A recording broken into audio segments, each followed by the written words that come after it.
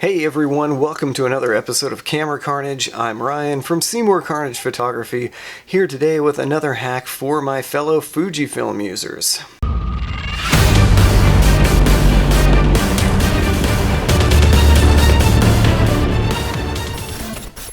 Fuji owners are pretty used to getting the short end of the stick when it comes to finding accessories for our cameras, and that's definitely the case if you're shopping for a remote shutter release. The selection out there isn't that great, and good luck trying to find a wireless one that doesn't involve you filling up your hot shoe. Sure, the Fuji app has a remote shutter release built in, but have you tried using it? We all know it's a piece of junk.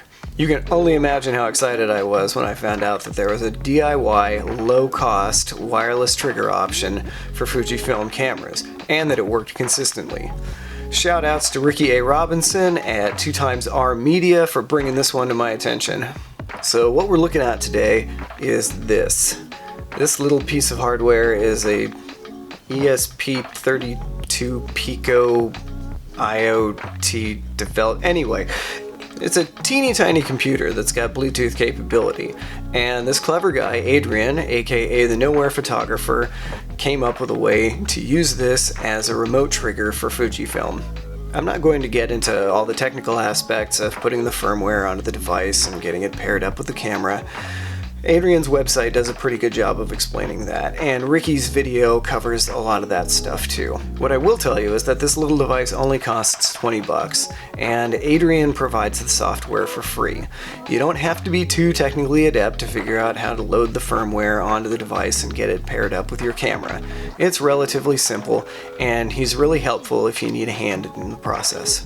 Alright, so I wanted to give you guys a quick demo of what it's like to use the M5 wireless trigger. So I've got it paired up with my X-T3, and we're going to grab it here, and let's see, point it over here, and push the B button. Look at that. It gives us focus lock. Push the A button, and boom, we've captured our frame. What about in video mode? Well, let's switch over to video. Press the B button, hey, look at that, we get focus lock, A button, and we are recording. And move it over, and focus lock is still working in video mode. Tap it one more time, our recording's done. So there you have it. Pretty cool, huh? It's small, it's wireless, it's inexpensive, and it performs the functions that you need a basic wireless trigger to do. It keeps you from having to set your timer and run around the front of the camera. Or what if your camera is mounted in a remote location where you can't easily reach it? This is going to solve your problems, and it's going to do it without a whole bunch of weird wires and cables. And there you have it. Thanks for joining me on another episode of Camera Carnage. I'm Ryan from Seymoure Carnage Photography. If you have any questions or comments, go ahead and leave them below, and make sure to like and subscribe so you can get notifications for more content from me on similar subjects. Until then, take care.